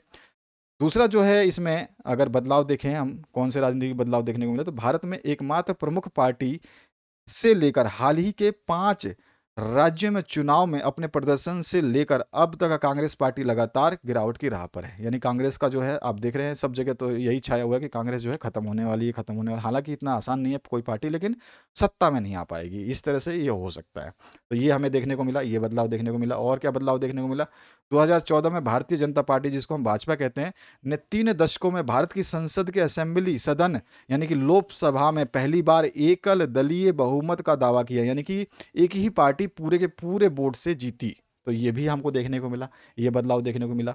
और 2014 से 2019 के संसदीय चुनाव में श्री नरेंद्र मोदी के नेतृत्व में जो है भारतीय जनता पार्टी ने दोनों अवसरों पर पूर्ण बहुमत हासिल किया। ये भी बदलाव हमें देखने को मिला। बाकी और भी आपको कोई बदलाव देखने को मिला तो आप इसमें साझा कर सकते हैं। इसके बाद जो है सोवियत संघ के विघटन के क्या कारण थे, ये क्वेश्चन भी 2022 के एग्जाम पेपर में पूछा गया था, 2019 में पूछा गया था, ठीक है? तो सोवियत संघ के विघटन के क्या कारण थे, तो सोवियत संघ के बहुत सारे विघटन के कारण थे, जिसमें हम साम्यवादी तानाशाही की बात करें तो इसमें क्या था कि सोवियत संघ में जो है एक ही राजनीतिक दल यानी कि एक साम्यवादी दल था, और इस दल के अलावा कोई अन्य दल जो है स्थापित नहीं किया जा सकता था, वहाँ का रूल था। और ना ही कोई उस दल की आलोचना कर सकता था, बुराई भी नहीं कर सकते थे उस दल की भाई। जैसे कि हम कांग्रेस की बुराई कर देते हैं, भाजपा की बुराई कर देते हैं, तो वहाँ पर जो साम्यवादी दल था ना, इसकी बुराई हम नहीं कर सकते थे। अर्थात एक ही शक्तिशाली दल यानी कि एक ही दल होने की वजह से जो है शासन जो सरकार थी, जो शासन थी, उसने अपनी शक्तियों का जो है दुरुपयोग करना प्रारंभ कर दिया, क्योंकि भाई उसी का सत्ता है, वही एक दल है, अकेली दल है, जो मर्जी वो करे। तो उसने जो है उसका दुरुपयोग प्रारंभ कर दिया। सोवियत संघ के नागरिकों के पास कोई भी मौलिक अधिकार नहीं थे, और इस वजह से जो है नागरिक जो है राजनीतिक रूप से जो है अंदर ही अंदर शासन के विरुद्ध होने लगे। उनको राजनीति में जो है कोई भी मौलिक अधिकार नहीं दिया गया था, तो जो अंदर अंदर उस शासन के विरुद्ध होने लगे, उस सरकार के विरुद्ध होने लगे और सोवियत संघ के नागरिकों को अपने विचारों की अभिव्यक्ति करने की स्वतंत्रता भी प्राप्त नहीं थी। उस उनके जो विचार में जो है ना लगातार नियंत्रण रखते थे ये दल कि मतलब उनको कुल बोलने का, कुछ फैसला लेने का, कुछ छापने का इतना सारे अधिकार नहीं थे। क्योंकि सारे के सारे मौलिक अधिकार जो है दिए ही नहीं गए थे नागरिकों को। तो उनके विचार जो है लगातार जो है नियंत्रण की वजह से जब उनके विचारों पे आप कमांड करोगे, किसी को बार-बार रोकोगे, टोकोगे तो उस वजह से क्या हो जाएगा, नागरिकों में क्रोध उत्पन्न होने लगा। इसके अलावा जो है नागरिक जो है शासन के कार्यों में भागीदारी नहीं ले सकते थे। मतलब जो सरकार चल रही है उस शासन के कार्य में कोई भी भागीदारी जो है नागरिक नहीं ले सकते थे। केवल शासन की जो बनाई गई नीतियाँ हैं, जो कानून हैं, जो नियम हैं उसी पर वो कार्य कर सकते थे। धीरे-धीरे इन सभी विपरीत स्थितियों ने बड़ा रूप धारण कर लिया जो सोवियत संघ के विघटन का प्रमुख कारण था। तो हमने बताया पहली तो साम्यवादी तानाशाही जो कि सोवियत संघ के विघटन के कारण 5 अंक का प्रश्न है, 5 अंक के हिसाब से लिखना है। तो पहला कारण हमने बता दिया, दूसरा कारण हम बता देंगे। कम से कम 3-4 कारण तो हमें बताने होंगे ढंग से। गिरती हुई अर्थव्यवस्था। यहाँ पे बोला गया है 70 के दशक के अंत तक सोवियत संघ का सकल घरेलू उत्पाद बहुत कम होने लगा। जो भी उसका जीडीपी था वो बहुत कम होने लगा, यानी कि सोवियत संघ की विकास दर जो है बहुत ही कम हो गई थी। सोवियत संघ के कृषि और औद्योगिक उत्पाद में तेजी से गिरावट आने लगी। कृषि में भी गिरावट आई और जो उद्योग थे उनमें भी गिरावट आने लगी क्योंकि जो है सरकार जो है अपना मनमानी करने लगी थी। हमने जो पहला ऊपर पॉइंट पढ़ा, शासन के विरुद्ध होने लगी थी जनता। तो आने लगी, अब गिरावट आने लगी तो क्या हुआ, जिन वस्तुओं को सोवियत संघ जो है निर्यात करता था यानी दूसरों देशों को भेजता था, अब वही वस्तुएं जो हैं वहाँ पर, क्योंकि कृषि में गिरावट आई, औद्योगिक में गिरावट आई, तो अब जो है जो चीज़ हम निर्यात करते थे, सोवियत संघ जो निर्यात करता था दूसरे देशों को, अब उसको दूसरे देशों से वो आयात करना पड़ा, यानी कि उसको मंगवाना पड़ा, उन वस्तुओं को उसको मंगवाने की ज़रूरत पड़ गई। अब ये आप सोच सकते हो कि जिस चीज़ को मैं बेचता हूँ वही मुझे खरीदनी पड़े तो क्या हालत हो, ठीक है ना। मतलब मैं एक कंपनी हूँ, मैं साबुन बनाता हूँ और मैं साबुन बना के बेचता हूँ, ठीक है, लोगों को। और जब देखा कि मेरी कंपनी का इतना लॉस हुआ है कि मैं साबुन बना नहीं पा रहा हूँ, अब मुझे अपने नहाने के लिए साबुन मँगवाना पड़ेगा, तो वो चीज़ ये वो स्थिति आ गई थी, उसको सामान जो है आयात करना पड़ेगा, जो कि वो निर्यात करता था। साम्यवादी देशों को आर्थिक और सैन्य रूप से सहायता करने का बोझ जो है सोवियत संघ पर ही था। जो भी साम्यवादी जो इसकी तरह जो देश थे, उनको आर्थिक सहायता प्रदान करता था, सैन्य रूप जो अपनी सेना है उसके रूप उनको भी भेज करके जो है उनकी सहायता करता था। जो इसका एक तरह से ये बोझ ही था, भाई पैसे दोगे, सेना दोगे तो सबका खर्च तो आपको ही, सोवियत संघ को ही वहन करना पड़ेगा। तो ये प्रॉब्लम थी। इसके अलावा जो है सोवियत संघ का एकमात्र लक्ष्य पश्चिमी देशों से आगे निकलना था। जो भी पश्चिमी देश थे, उनसे सोवियत संघ चाहता था कि मैं आगे निकल जाऊँ। जिसकी वजह से जो है उसने अंधाधुंध सैन्य खर्च किए। आगे निकलने के चक्कर में उसने अंधाधुंध सैन्य खर्च किए और अंततः क्या हुआ, ये भी सोवियत संघ के विघटन का एक कारण ही साबित हुआ, गिरती हुई अर्थव्यवस्था। इसके बाद जो है अगला, इसमें पूछा गया अन्य देशों के साथ प्रतिस्पर्धा। अब जो है ये दूसरे देशों के साथ जो है कंपटीशन करने लग गया। सोवियत संघ की सबसे बड़ी गलती ये रही कि उसने जो है स्वयं सुरक्षित रखने या रहने की अपेक्षा, वो खुद को सुरक्षित ना करने की अपेक्षा क्या करा, उसने दूसरे देशों के साथ जो है प्रतिस्पर्धा यानी कि कंपटीशन करना आरंभ कर दिया। उसने जो आपके यहाँ शस्त्र होते हैं, वो शस्त्र और अंतरिक्ष अनुसंधान में जो है इतना धन व्यय किया कि उसकी आर्थिक व्यवस्था और भी चरमरा गई। दूसरे लोगों से जो है कंपटीशन करने लगे, वो चांद पे भेज रहा रॉकेट तो मैं भी भेजूंगा, तो ये इसमें धन व्यय कर रहे हो, आपकी आर्थिक स्थिति तो पहले खराब थी और आप धन इसमें व्यय कर रहे हो। तो धन व्यय किया कि वह कुछ समय पश्चात ही कमज़ोर पड़ गया। जितना इसने धन मतलब व्यय किया इन सब चीज़ों पे, किस पे? अंतरिक्ष अनुसंधानों पे और जो है साथ ही साथ जो भी अपने अस्त्र है उसके ऊपर। तो उसकी वजह से जो है कुछ ही समय में जो है ये कमज़ोर पड़ने लगा क्योंकि इसके पास पैसे नहीं थे। इकोनॉमी इसकी बहुत ज़्यादा हालत ख़राब होने लगी। इसके अलावा जो सोवियत संघ सबसे बड़े शक्तिशाली जो ये सोवियत संघ जो है सबसे बड़ा शक्तिशाली हुआ करता था, ये 80 के दशक में आने तक जो है ये पश्चिमी देशों से सूचना एवं तकनीकी क्षेत्र में बहुत ज़्यादा पिछड़ गया। यानी कि कंपटीशन का चक्कर, केवल अपने आप को सुरक्षित रखता, अपने आप पे ध्यान देता, इसने दूसरे देशों की मदद की, दूसरे देशों को आर्थिक सहायता, सैन्य सहायता प्रदान की, ये सब चीज़ें जो है ज़्यादा इसको मुश्किल में डाल गई। तो इसको जो है सूचना और तकनीकी जो इसका जो साइंस एंड टेक्नोलॉजी जो थी इसके पास, आईटी सेक्टर जो था, वो दूसरे देशों से ये पिछड़ने लगा। और यह खबर जब ऐसा लगा कि भैया जो सोवियत संघ है इतना बड़ा एक महाशक्ति है, वहाँ के जब नागरिकों को ये बात पता चली कि ये सोवियत संघ की हालत ख़राब हो चुकी है, तो ये बात जो है धीरे-धीरे विश्व में फैल गई और जैसे ही विश्व में फैलेगी तो आप जानते हो किसी देश का पतन होना बहुत ही लाज़मी-सा है। इसके अलावा जो है एक और हम इसमें पॉइंट लिख डाल सकते हैं अगर आप डालना चाहें तो, नौकरशाही का बोलबाला। नौकरशाही वह स्थायी कर्मचारी या अधिकारी होते हैं जो सरकार के लिए कार्यरत होते हैं, यानी कि सरकार लिए काम करते हैं। इन कर्मचारियों एवं अधिकारियों को सरकारी नीतियों को नागरिकों में लागू करने का जो है अधिकार प्राप्त था। जो नौकरशाही थी, ये नौकरशाही के जो कार्यालय में जो काम करते थे लोग सरकार के अंदर, तो वो सरकार की नीतियों को जो है, जो जनता थी उन पर जो है लागू करने का इनको अधिकार प्राप्त था। परंतु कुछ समय बाद जो है, ये जो अधिकारी थे इन्होंने अपनी जिम्मेदारी, अपने कर्तव्य और नागरिक के प्रति जो है पूरी तरह से गैर जिम्मेदार होने लग गए। ठीक है, इन्होंने सोचा छोड़ो, अपनी तो नौकरी पड़ी हुई है, हम तो भाई सरकार के लिए काम कर रहे हैं, बाकी दुनिया जाए भाड़ में। तो इन्होंने अपने कर्तव्यों को, नागरिकों के प्रति जो निष्ठा थी, जिम्मेदारी थी, उनको जो है भुलाना शुरू कर दिया, गैर जिम्मेदार हो गए। और अंत में लोगों के बीच जो है अधिकारियों और शासन के प्रति जो है क्रोध उत्पन्न होता हुआ दिखाई दिया। भाई लोगों के जब आप उनके लिए जो कर्तव्य दिए थे सरकार ने वो आपने नहीं निभाए, नागरिकों के लिए जो चीज़ दी गई थी जिम्मेदारियां वो नहीं निभाई, तो लोगों में जो क्रोध का गुस्सा फूट पड़ा। और सोवियत संघ प्रशासन में जो है धीरे धीरे यही अधिकारी भ्रष्टाचार भी करने लग गए। भ्रष्टाचार से जो है ये बहुत बड़ा जो है इसको सोवियत संघ के सरकार के अंदर नुकसान हुआ, और यही वजह से सोवियत संघ के विघटन का कारण बनी। तो इसको आप ढंग से पढ़ेंगे, मैंने समझाने का प्रयास किया, बाकी आप ढंग से पढ़ेंगे तो आपको और भी अच्छे तरीके से याद होगा। अगला जो प्रश्न है, बोला गया है कि शॉक थेरेपी, अब यहाँ पर हमारी शॉक थेरेपी की बात करते हैं। देखिए अब यहाँ पूछ रहा है कि शॉक थेरेपी क्या थी, इनके परिणामों का उल्लेख कीजिए। तो देखिए शॉक थेरेपी जो है ये सोवियत संघ के विघटन के पश्चात जो है रूस, मध्य एशिया के गणराज्य और पूर्वी यूरोप के देशों ने साम्यवाद से पूंजीवाद की ओर बढ़ने के लिए एक विशेष मॉडल बनाया। यानी साम्यवाद से अब क्या बनेंगे, भाई उनको पैसे की तो दिक्कत हुई थी, तो इस तरह का मॉडल बनाया कि उनके पास पैसा है। विश्व बैंक और अंतर्राष्ट्रीय मुद्रा कोष द्वारा निश्चित निर्देशित, मतलब विश्व बैंक को भी शामिल किया गया इसमें, और अंतर्राष्ट्रीय मुद्रा कोष IMF को भी शामिल कर लिया गया, और उससे निर्देश, ये निर्देश जो इन दोनों विश्व बैंक के और अंतर्राष्ट्रीय मुद्रा कोष के निर्देश से जो मॉडल बना उसी को इन्होंने शॉक थेरेपी का नाम दिया। यानी कि आघात पहुंचा करके उपचार करना, यानी कि पहले बर्बाद कर दो फिर मदद करो। ठीक है, तो शॉक थेरेपी के अंतर्गत जो है राज्य की संपदा के निजीकरण और व्यावसायिक ढांचे को शीघ्र जो है अपनाने की बात की गई। ठीक है ना, निजीकरण करना और व्यावसायिक ढांचे को शीघ्र जो अपनाने की बात की गई थी। ये बाकी आप लिखना चाहें तो लिख ले, बाकी ये शॉक थेरेपी क्या होती है, तो आघात पहुंचा के उपचार करना, और ये जो मॉडल था ये विश्व बैंक और अंतर्राष्ट्रीय मुद्रा कोष के द्वारा तैयार किया गया, निर्देशित किया गया था। अब इसके परिणाम क्या थे, तो परिणाम जो है हमारे सामने आए हुए हैं, कौन कौन से। तो साम्यवादी सत्ताओं पर शॉक थेरेपी के निम्न परिणाम थे। अब परिणाम क्या थे, पूर्व सोवियत संघ, जिसको रूस जो बोलते हैं हम, का राज्य द्वारा नियंत्रित औद्योगिक ढांचा जो है चरमरा गया।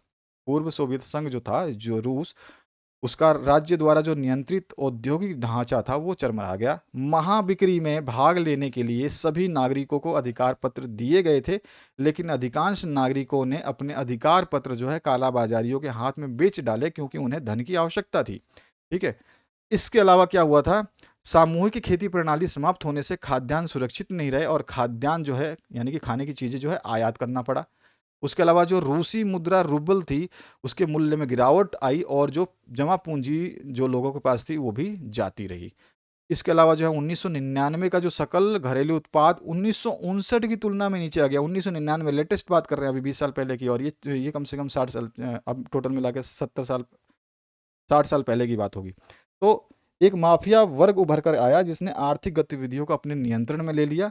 अमीर तथा गरीब लोगों के बीच में अंतर भी बढ़ने लग गया, जिससे आर्थिक असमानता आई, और जल्दबाजी में संविधान तैयार करके राष्ट्रपति को कार्यपालिका प्रमुख बना करके सभी शक्तियां उसे दे दी गई, और संसद जो है कमजोर संस्था बनकर रह गई। तो ये सारे के सारे जो आपको क्या देखने को मिले, शॉक थेरेपी के परिणाम। तो ये चीज आपको ध्यान रखनी है। इसके बाद आइए नेक्स्ट क्वेश्चन पे, दक्षिण एशिया के छोटे देशों और भारत के पारस्परिक संबंधों का विश्लेषण कीजिए। तो यहाँ पर जो है अथवा ऑप्शंस भी आपको देखने को मिलेंगे, तो अथवा ऑप्शन की हम बात करेंगे। फिलहाल जो आपके देखिए, जैसे कि ये क्वेश्चन था आपका पहला वाला, यहाँ पर देखिए, सोवियत संघ के विघटन के क्या कारण थे, तो ये तो क्वेश्चन था ही, इसमें अथवा पार्ट भी, 21वें क्वेश्चन का अथवा पार्ट अभी भी हमने डिस्कस किया था, ये रहा वो अथवा पार्ट। ठीक है, ये अथवा पार्ट जो था शॉक थेरेपी क्या थी। अब 21वें के बाद जो 22वां क्वेश्चन है उसमें भी अथवा पार्ट मिलेगा। पहले हम बात करेंगे ऊपर वाले प्रश्न की, दक्षिण एशिया के छोटे देशों और भारत के पारस्परिक संबंधों का विश्लेषण कीजिए कि भाई दक्षिण एशिया के जो छोटे देश है और भारत है, उनके आपस में कैसे संबंध हैं, और क्या मतलब आप लिख सकते हैं इसके बारे में। तो भारत जो है क्षेत्रफल, जनसंख्या और आर्थिक एवं सैन्य क्षमताओं के संदर्भ में जो है अपने पड़ोसी देशों की तुलना में अत्यधिक विशाल देश है। यहाँ तक कि यह उनकी कुल क्षमता से भी विशाल है, यानी कि जो छोटे देश है ना, ये सब मिलकर के जितनी क्षमता रखते हैं उतना भारत अकेले भी रखता है, लगभग लगभग।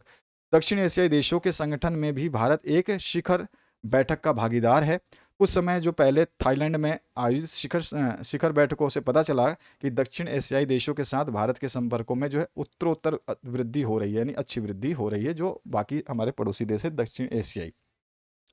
जहां तक दक्षिण एशियाई क्षेत्र में द्विपक्षीय आर्थिक एवं व्यावसायिक संबंधों का प्रश्न है, इनमें भी भारत ने जो है अग्रणी भूमिका निभाई है, यानी कि आगे चल करके भूमिका निभाई है, और भारत ने अपने पड़ोसी देशों का सबसे बड़ा व्यापार भागीदार और विदेशी निवेशक के सबसे महत्वपूर्ण स्रोत में से जो है एक होकर दिखाया है। ठीक है, श्रीलंका के साथ हमारा जो है मुक्त व्यापार करार है कि हम जो ट्रेडिंग करेंगे श्रीलंका से उसमें टैक्सेस को इन्वॉल्व नहीं करेंगे, उधर से सामान आएगा, इधर से सामान जाएगा। और दक्षिण एशियाई देश जैव विविधता के संरक्षण और जलवायु संकट के प्रति जो है कार्रवाई पर केंद्रित करते हुए भारत के इको ब्लूप्रिंट का लाभ उठा रहे हैं। हम जो भारत में जो ब्लूप्रिंट हम यूज़ कर रहे हैं अपने विविधता को, जैव विविधता को अच्छा करने के लिए, उनको संरक्षण करने के लिए, जलवायु के संकट से निपटने के लिए, तो उस ब्लूप्रिंट का जो है हमारा जो दक्षिणी एशियाई देश हैं वो भी इसको फॉलो कर रहे हैं। दक्षिण एशियाई देशों में प्रभावी शासन और सतत विकास के बीच के संबंध को भी स्वीकार किए जाने की आवश्यकता पर भी जोर दिया जा रहा है। जो भी वहाँ पर विकास हो सकता है, वहाँ पर कैसा शासन प्रभावी होगा, तो उसके ऊपर भी उसको स्वीकार करने के लिए उस पर भी जोर दिया जा रहा है। उसके अलावा जो हम बता सकते हैं कि क्षेत्रीय खाद्य सुरक्षा एवं अन्य क्षेत्र हैं जिसमें भारत भविष्य को ध्यान में रखते हुए एक बड़ी पहल करने का प्रयास कर रहा है और खाद्य सुरक्षा के लिए दक्षिण एशियाई देशों का एक अभिन्न सूत्रधार एवं घटक बनने की ओर अग्रसर है। भारत निरंतर सौहार्द एवं स्थिरता के लिए लोगों के संपर्क, यानी कि पीपल टू पीपल कनेक्ट, और गहन सांस्कृतिक संबंधों को प्राथमिकता दी जा रही है। इसके साथ ही क्षेत्र के समग्र विकास के लिए बहुपक्षीय प्रतिबद्धता को शीघ्र पूरा करने की ओर ध्यान दिया जा रहा है। तो इस तरह से हमने विश्लेषण किया कि दक्षिण एशियाई देश और भारत के बीच में कैसे संबंध हैं। तो हमने अच्छे संबंध लिखे हैं, आप चाहें तो बुरे भी लिख सकते हैं क्योंकि बुरे भी हैं, तो आप चाहें तो बुरे लिख सकते हैं, बाकी अच्छा ही लिखना बेहतरीन होता है। इसी का अथवा पाठ हम डिस्कस करते हैं। अभी इसी क्वेश्चन का अथवा पाठ क्या है?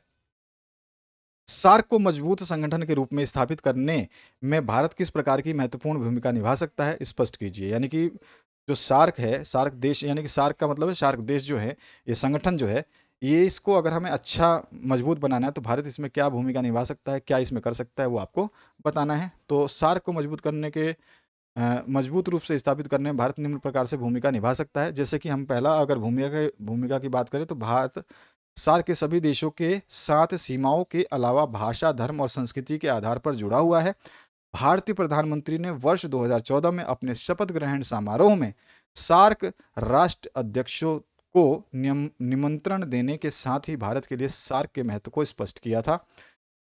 ये भूमिका हम बता रहे हैं कि किस तरह से भूमिका निभा सकता है भारत सार्क को। तो हमने भाई बता दिया, पहली बार जब प्रधानमंत्री बने थे मोदी जी, तो उन्होंने भाई वहाँ के जितने भी आपके सार्क सदस्य देश है उनके राष्ट्र अध्यक्षों को, तो जो भी राष्ट्र के अध्यक्ष थे उनको निमंत्रण देने का प्रयास किया था कि वो सार्क के महत्व को बढ़ाएं। मालदीव, नेपाल, अफगानिस्तान आदि जैसे देश जहां पर्याप्त स्वास्थ्य सुविधाएं उपलब्ध नहीं हैं, भारत इन देशों को आवश्यक मदद प्रदान कर सकता है जिससे सार्क को जो है मजबूती मिलेगी। ठीक है ना, क्योंकि ये भी सार्क के सदस्य हैं, तो आप सदस्यों का जो मदद करोगे तो वो वापस से बात है कि वो जो आपका जो सार्क जिन देशों से बना है, अगर वो देश मजबूत होंगे तो सार्क की संस्था ऑटोमेटिक ही मजबूत होगी। वर्तमान में भारत ही एक ऐसा देश है जो किसी भी वैश्विक महामारी की परिस्थिति में बड़ी मात्रा में जांच, उपचार और चिकित्सीय प्रशिक्षण के लिए कम समय में आवश्यक मदद उपलब्ध करा सकता है।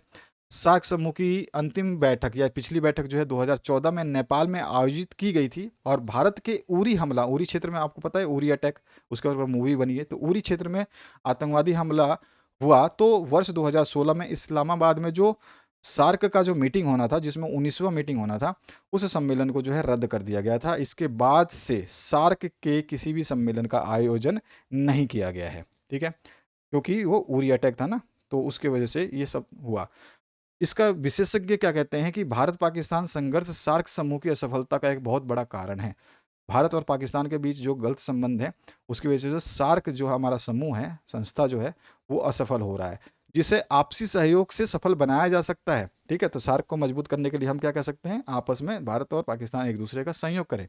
वर्तमान के अनिश्चिततापूर्ण वातावरण में भारत के लिए एक जिम्मेदार पड़ोसी के रूप में अपनी नेतृत्व क्षमता का प्रदर्शन कर क्षेत्र के देश के बीच अपनी सकारात्मक छवि प्रस्तुत करने का ये महत्वपूर्ण अवसर है। अब जो है सार्क को हम बेहतरीन बना करके दिखा सकते हैं। सार्क के सदस्य देश के बीच जो है अधिक अनुबंध किए जाने की आवश्यकता है, यानी कि जो भी सार्क सदस्य देश हैं उनके बीच में करार हो, उनके बीच में संधियां हो, उनके बीच में आपसी मेल जोल हो, वार्ता हो, बैठक हो। साथ ही सम्मेलन के अतिरिक्त इन सदस्य देशों के द्विपक्षीय सम्मेलन और द्विपक्षीय सम्मेलन का आयोजन जो है वार्षिक रूप से कराने की आवश्यकता होगी, तो सार्क जो है मजबूत हो जाएगा। इस तरह से देश हमारा भारत जो है पहल कर सकता है। जो भी हम सम्मेलन करें तो दो पक्ष में हो, ऐसा नहीं कि केवल अपना एक पक्ष रख दे, दूसरा उस पक्ष को फिर सुने ही ना या माने ना, तो ये गलत हो जाएगा। ठीक है, तो हर वर्ष अगर हम वार्षिक रूप से सार्क सम्मेलन करते हैं, बार बार मिलते हैं, मीटिंग्स करते हैं, तो कुछ ना कुछ मसले का हल निकलेगा, सार्क अपने आप में मजबूत हो जाएगा। तो इस तरह से हो जाएगा। ठीक है, तो ये आंसर हो गया। आज़ादी के पश्चात भारत में राष्ट्र निर्माण की चुनौतियों का वर्णन कीजिए। ये भी क्वेश्चन आपका 2022 23 में पूछा गया है, शायद 22 में भी पूछा गया है, एक दो बार और भी पूछा गया है, तो काफ़ी बार क्वेश्चंस पूछे गए हैं ये। तो इसमें राष्ट्र निर्माण की चुनौतियों में हम तत्कालिक चुनौतियों की बात करें तो सबसे पहले तत्कालिक चुनौतियों में क्या आता है कि भाई 3 तरह की चुनौतियाँ थी भारत के राष्ट्र निर्माण में जब आज़ाद हुआ था भारत। तो एकता के सूत्र में बंधे एक ऐसे भारत को गढ़ना जिसमें भारतीय समाज की सारी विविधताओं के लिए जगह हो। पहली चुनौती क्या थी कि हम एकता के सूत्र में बंधने के लिए तैयार हों, और भारत में जो इतने भी लोग हैं इनमें बहुत सारी विविधताएं आप जानते हैं, हिंदू, मुस्लिम, सिख, ईसाई वगैरह वगैरह। तो इनको जो है एक ही भारतीय समाज में ये कैसे रह सके, ये जो है एक सूत्र में बंधने की जो है इसकी चुनौती थी, जो तत्कालिक थी। वैसे ही आज़ाद होगा तैसे ही आपको इसको करना पड़ेगा, तो तत्कालिक थी। और यहाँ अलग अलग भाषा, बोली और संस्कृति और धर्मों के लोग, मतों के लोग जो अलग अलग विश्वास रखते थे उसके अनुयायी थे, जिनको एकजुट भी करना जरूरी था, क्योंकि आपस में लड़ सकते थे, देश बिगड़ सकता था, माहौल खराब हो सकता था। भारत की अखंडता को बनाए रखना जो है सबसे बड़ी जो है चुनौती थी। भारत की अखंडता को बनाए रखना सबसे बड़ी चुनौती थी, जो इन सब चीज़ों से हमको देखने को मिलती है। दूसरी जो थी वो थी हमारी लोकतांत्रिक चुनौती। ये तो तत्कालिक थी, जैसे ही भारत आज़ाद होगा तो ये 3 मुद्दों पे तो हमें पहले काम करना ही करना है। बाकी जो लोकतांत्रिक, जैसे ही हम ये काम कर देंगे तो लोकतंत्र की चुनौती आ जाएंगी। लोगों के परस्पर हमारी क्या चुनौती होगी, तो देश जो है पहली बार आज़ाद होकर के लोकतांत्रिक शासन में कार्य करने जा रहा था उस समय। तो ऐसी स्थिति का अनुभव किसी भी राष्ट्र निर्माता को नहीं था, ना तो महात्मा गांधी को था, ना इंदिरा गांधी को था, ना जवाहरलाल नेहरू को, ना राजेंद्र प्रसाद को, किसी को भी ऐसा अनुभव नहीं था जैसे कि आप एक आज़ाद देश में पहले से रहते आ रहे हो। आप उस समय गुलाम थे, और गुलामी से आप जैसे आज़ाद हो रहे थे तो आपको एक लोकतांत्रिक शासन बनाना था, जिससे भारत की अखंडता को भी नुकसान ना पहुंचे, लोग जो है अलग अलग भाषा और धर्म संस्कृति के धर्मों के लोग जो एक साथ में रहे। ठीक है, तो ये सब जो है यहाँ पर किसी को भी जो है आइडिया नहीं था। ये लोकतंत्र की एक पहली चुनौती थी। फिर क्या हुआ, भारत ने संसदीय शासन पर आधारित लोकतंत्र को अपनाया, संसद के शासन पर आधारित लोकतंत्र को अपनाया, और यह सुनिश्चित हो गया कि लोकतांत्रिक ढांचे के भीतर जो है राजनीतिक मुकाबले होंगे। तो लोकतांत्रिक चुनौतियां क्या थी कि भाई कोई भी अपनी मर्जी से प्रधानमंत्री, राष्ट्रपति और जो आपका कृषि मंत्री, सिंचाई मंत्री, जल मंत्री, ये मंत्री वो मंत्री नहीं बन सकता। तो इसमें क्या होगा, राजनीतिक मुकाबले होंगे, यानी कि आपके वोटिंग सिस्टम होगा, चुनाव होंगे। ठीक है, तो इस तरह का यहाँ पर जो है हमने लोकतंत्र में संविधान को, संसदीय साधन को स्थापित किया। और इस लोकतंत्र को कायम रखने के लिए सर्वहितकारी और सभी द्वारा मान्यता प्राप्त एक लोकतांत्रिक संविधान की आवश्यकता थी। ठीक है ना, लोकतंत्र की चुनौती क्या थी कि लोकतंत्र में हमें जब रहना है, सबका हित हो, सभी सभी जो है उस नियम को, कानून को माने, सभी की मान्यता उसमें प्राप्त हो, तो लोकतंत्र के संविधान की एक आवश्यकता थी। उसके अलावा चुनौती ये भी थी कि संविधान से मेल खाते लोकतांत्रिक व्यवहार, बर्ताव चलन में लाए जाएँ। यानी कि संविधान जो भी हमारा बनेगा, तो वो संविधान में जो चीज़ लिखा होगा वो हमारे जो जीवन हमारी चल रही है उससे मेल खाती हो।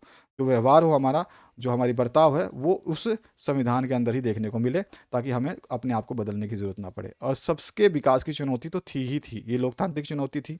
ठीक है, और इमरजेंसी यानी तात्कालिक चुनौती थी, लोकतांत्रिक चुनौती थी, और आपका सबसे विकास की चुनौती जो है मेन थी। नाश निर जो राष्ट्र के निर्माता थे, जो संविधान बना रहे थे, वो एक ऐसे विकास की कल्पना करना चाहते थे या कर रहे थे, जिसमें समूची समाज का भला हो, ना कि कुछ लोगों का। और उनके समक्ष जो है ये विकास की चुनौती सामने खड़ी हुई। इसके लिए संविधान में ये बात साफ कर दी गई कि सबके साथ समानता का बर्ताव किया जाएगा और सामाजिक रूप से वंचित लोगों और धार्मिक सांस्कृतिक अल्पसंख्यक समुदाय जो बहुत ही कम हैं, थोड़े थोड़े लोग जो होते हैं अलग अलग धर्म जाति के, को विशेष सुरक्षा दी जाएगी, क्योंकि उनको थोड़े लोग हैं तो जो जिसकी जनसंख्या ज़्यादा है वो उन पर डोमिनेट करेंगे, लड़ाई कर सकते हैं, दंगे कर सकते हैं, मार सकते हैं, कुछ भी कर सकते हैं, तो यहाँ पर उनको विशेष सुरक्षा दी जाएगी। लोक कल्याण के लिए संविधान ने जो है राज्य के नीति निर्देशक सिद्धांतों को भी जो है स्पष्ट किया था। इसे पूरा करने की जिम्मेदारी जो है राजनीतिक बिरादरी, जो राजनीतिक दल थे, उन्हीं को दी गई। और इसके बाद असली चुनौती जो थी वो आर्थिक विकास की तथा गरीबी को खत्म करने के लिए कारीगर नीतियों को अपनाने की या तैयार करने की थी। तो इस तरह से ये सारी की सारी जो है भारत ने स्वतंत्रता प्राप्ति के पश्चात जो है ये चुनौतियां देखी थी। इसी के अथवा पार्ट में पूछा गया है, भारतीय संघ में रजवाड़ों का विलय किस प्रकार हुआ, स्पष्ट कीजिए। तो ये लास्ट ईयर का क्वेश्चन पेपर था, उसमें भी मैंने करवाया हुआ है, और मॉडल पेपर था उसमें भी करवाया है। इसका डिटेल सोल्यूशन अगर आपको समझना है तो उस वीडियो को देख लेना, उसमें आपको ये आंसर मिल जाएगा। आगे बढ़ते हैं अगले क्वेश्चन की तरफ, ठीक है। तो यहाँ पे देखिए द्रविड़ आंदोलन क्या था और इसके परिणाम क्या रहे। तो द्रविड़ आंदोलन क्या था, तो द्रविड़ आंदोलन जो है ये एक ताकतवर आंदोलन था। भारतीय राजनीति में यह आंदोलन जो है क्षेत्रीयतावादी भावनाओं की सर्वप्रथम और सबसे प्रबल अभिव्यक्ति था। यानी क्षेत्र, जो आपके लोकल क्षेत्र होते हैं ना, उसके ऊपर जो है ये आंदोलन किया गया, तो क्षेत्र को जो है महत्व मिलना चाहिए। हालांकि आंदोलन के नेतृत्व वर्ग के एक हिस्से की आकांक्षा एवं स्वतंत्र द्रविड़ राष्ट्र बनने की थी। द्रविड़ राष्ट्र जो छोटे छोटे आपके क्षेत्र के हिसाब से है ना, पर आंदोलन ने कभी भी सशस्त्र संघर्ष की राह नहीं पकड़ी। जो ये आंदोलन हुआ था तो इसमें सभी लोग जो है ज़्यादातर भाग नहीं ले रहे थे, लेकिन द्रविड़ आंदोलन की बागडोर जो है वो एक समाज सुधारक थे जिनका नाम था ईवी रामास्वामी नायकर पेरियार, पेरियार के नाम से भी क्वेश्चन आता है, उनके हाथों में थी। तो अभी द्रविड़ आंदोलन के जो परिणाम है वो क्या देखने को मिले, ये हमें बताना है कि इसके परिणाम क्या रहे। 5 अंक की प्रश्न है, इसका अथवा भी देखेंगे। इस आंदोलन ने जो है राजनीतिक संगठन द्रविड़ कपगम का सूत्रपात किया, यानी कि द्रविड़ कपगम जो है एक राजनीतिक संगठन जो है इस आंदोलन की वजह से उभर के आया। ये संगठन जो ब्राह्मण लोग थे उनके वर्चस्व का विरोध करता था, या ब्राह्मण को जो है एक ऊंचा दर्जा माना जाता था, तो ये लोग नहीं मानते थे, तथा उत्तरी भारत के राजनीतिक, आर्थिक और सांस्कृतिक प्रभुत्व को जो है नकारते हुए क्षेत्रीय गौरव की प्रतिष्ठा पर जोर देता था। यानी कि क्षेत्रीय जो है आप, यानी कि जो है उस तरफ एक अलग राष्ट्र हो नहीं, उस राष्ट्र में भी जो क्षेत्र हैं छोटे छोटे, उन पर जो है उनके गौरव की बात करता था कि ये भाई ये क्षेत्र गौरवान्वित होना चाहिए, वहाँ पर उसकी सिस्टम चलनी चाहिए, उसकी बातें माननी चाहिए। प्रारंभ में द्रविड़ आंदोलन समग्र दक्षिण भारतीय संदर्भ में अपनी बात रखता था, लेकिन अन्य दक्षिणी राज्यों से समर्थन न मिलने के कारण जो अन्य दो दक्षिण राज्य थे, पहले तो भाई दक्षिण भारत में बहुत ज़्यादा इसकी मान्यता थी, लेकिन बहुत सारे अन्य दक्षिण राज्य जो थे वो इसका समर्थन नहीं कर रहे थे, और आंदोलन जो है तमिलनाडु तक ही सिमट के रह गया, तमिलनाडु से आगे नहीं जा पाया।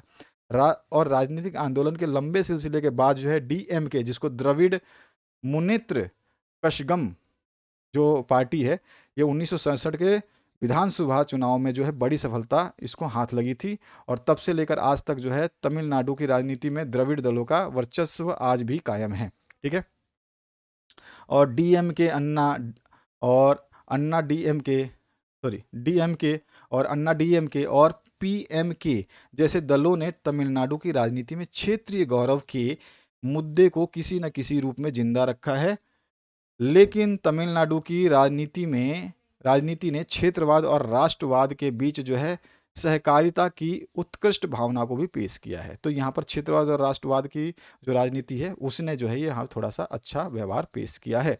इसी के अथवा पार्ट में जो है असम आंदोलन सांस्कृतिक अभिमान और आर्थिक पिछड़ेपन की मिलीजुली अभिव्यक्ति था, व्याख्या कीजिए। तो ये भी मैंने आपके लास्ट ईयर का क्वेश्चन में करवाया हुआ, अगर आप चाहें तो उनको देख लेना, उसमें मैंने समझाया हुआ, तो ज़्यादा इसमें समय नहीं लेंगे हम, क्योंकि वीडियो ज़्यादा बड़ा हो जाएगा। इसका कुछ पॉइंट्स हैं जिनको आप लिखना चाहें तो ये लिख सकते हैं। इसके बाद आते हैं हम 25वें क्वेश्चन पे। भारत पाक संबंधों में अंतर्निहित समस्याओं को स्पष्ट कीजिए जो भारत पाक संबंधों के में बार बार जो है कटुता उत्पन्न करते हैं। ये भी क्वेश्चन मैं करवा चुका हूँ पहले, ठीक है, लेकिन मैंने यहाँ पे फिर भी आंसर दे दिया है। भारत पाकिस्तान पे किस तरह से कलह होता है, क्यों बार बार में जो है एक दूसरे के दुश्मन बन जाते हैं, उनके अंदर की समस्याएं क्या हैं, ये हमने इसमें पैराग्राफ में डिस्कस किया है। ये पैराग्राफ आप पढ़ेंगे तो आपको हर चीज़ एक एक चीज़ जो है इसमें समझ में आ जाएगी। अथवा पाठ की बात करते हैं। भारत की परमाणु नीति का विश्लेषण कीजिए। अब भारत की परमाणु परमाणु नीति क्या कहती है, तो इसको हम स्पष्ट कर लेते हैं। देखिए, भारत की परमाणु नीति बिल्कुल साफ है, ठीक है।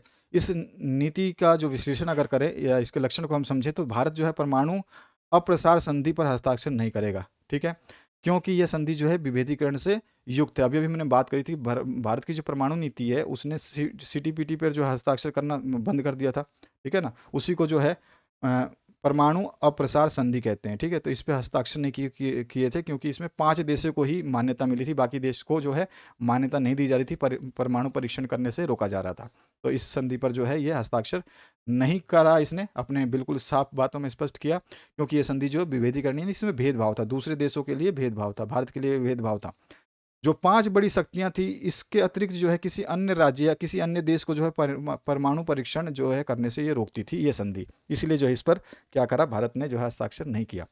इसका दूसरा जो विश्लेषण की बात करें, तो भारत जो है शांतिपूर्वक और रचनात्मक कार्य के लिए परमाणु परीक्षण करेगा, ये जो है इसका एक लक्षण था, ठीक है, या विश्लेषण था। अपनी सुरक्षा की खातिर भारत परमाणु शस्त्र बनाएगा, किंतु उनके प्रयोग करने में पहल नहीं करेगा। जो भी शस्त्र बनाएगा उनको प्रयोग पहले नहीं करेगा। अगर कोई, जब तक कि कोई परमाणु युद्ध में, मतलब कोई शत्रु देश जो है हमारे को परमाणु युद्ध नहीं करता। परमाणु युद्ध तभी किया जाएगा जब कोई शत्रु देश या कोई दुश्मन देश जो है भारत पर परमाणु आक्रमण करेगा, तब करेंगे। परमाणु नीति का एकमात्र उद्देश्य शत्रु के मन में भय उत्पन्न करना है। परमाणु जो हम परीक्षण कर रहे हैं उसका मात्र उद्देश्य क्या है, भारत कहता है कि दूसरे देशों को जो है इसका भय उत्पन्न हो कि इनके पास भी परमाणु शक्ति है। भारत को यदि प्रतिक्रियात्मक रूप परमाणु युद्ध करना पड़ा तो वो अत्यधिक भयावह होगा। अपनी परमाणु नीति में इन्होंने, भारत ने ये भी कहा है कि अगर हमें प्रतिक्रिया स्वरूप, यानी कि अगर मुझे, आपने मेरे ऊपर परमाणु बम कोई डाला है, तो उसके प्रतिक्रिया के स्वरूप, उसके जवाब में अगर मैं कोई परमाणु युद्ध मुझे लड़ना पड़ रहा है, भारत को लड़ना पड़ेगा, तो वो इतना भयावह होगा, उस देश का विनाश करने के लिए हम वो रखते हैं, जज्बा रखते हैं। और जिन देशों के पास परमाणु हथियार नहीं है उनके विरुद्ध जो है परमाणु कार्रवाई नहीं की जाएगी। इनकी जो परमाणु नीति है भारत की, वो कहता है कि जिसके पास परमाणु हथियार नहीं है उनके ऊपर हम परमाणु बम नहीं गिराएंगे, परमाणु युद्ध नहीं करेंगे। भारतीय सुरक्षा बलों पर रासायनिक या जैविक हमले किए गए, रासायनिक या जैविक हमले, अगर भारतीय के जितने भी सुरक्षा बल हैं, चाहे वो सेना हो या फिर आपकी नेवी की सेना हो या वायु सेना हो, तो अगर उस पर इस तरह का रासायनिक या जैविक हमला, जैसे कि कोरोना टाइप का बीमारी, कोई वायरस छोड़ दिया, इस तरह का अगर कोई हमला करता है, तो इसका जवाब सीधा सीधा परमाणु हमले से दिया जाएगा। ये भारत की परमाणु नीति कहती है। परमाणु परीक्षणों पर नियंत्रण रखा जाएगा, जो भी नियंत्रण करेंगे उसका ये इतना, मतलब उसका सेफ्टी रखी जाएगी कि उससे किसी को नुकसान ना हो।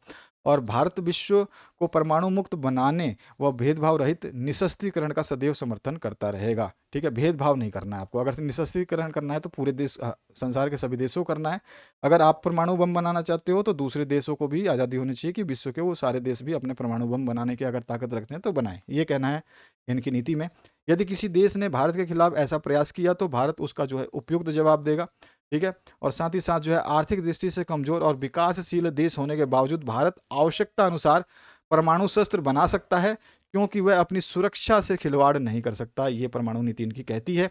और साथ ही साथ शत्रु के हमले के विरुद्ध परमाणु कार्रवाई का नियंत्रण प्रधानमंत्री के द्वारा सुरक्षा मामलों के कैबिनेट समिति, राष्ट्रीय सुरक्षा सलाहकार व रक्षा विभाग के वरिष्ठतम अधिकारी की सलाह से लिया जाएगा। तो ये है भारत की परमाणु नीति, जिसके बारे में हमने विश्लेषण किया, आप समझ चुके होंगे।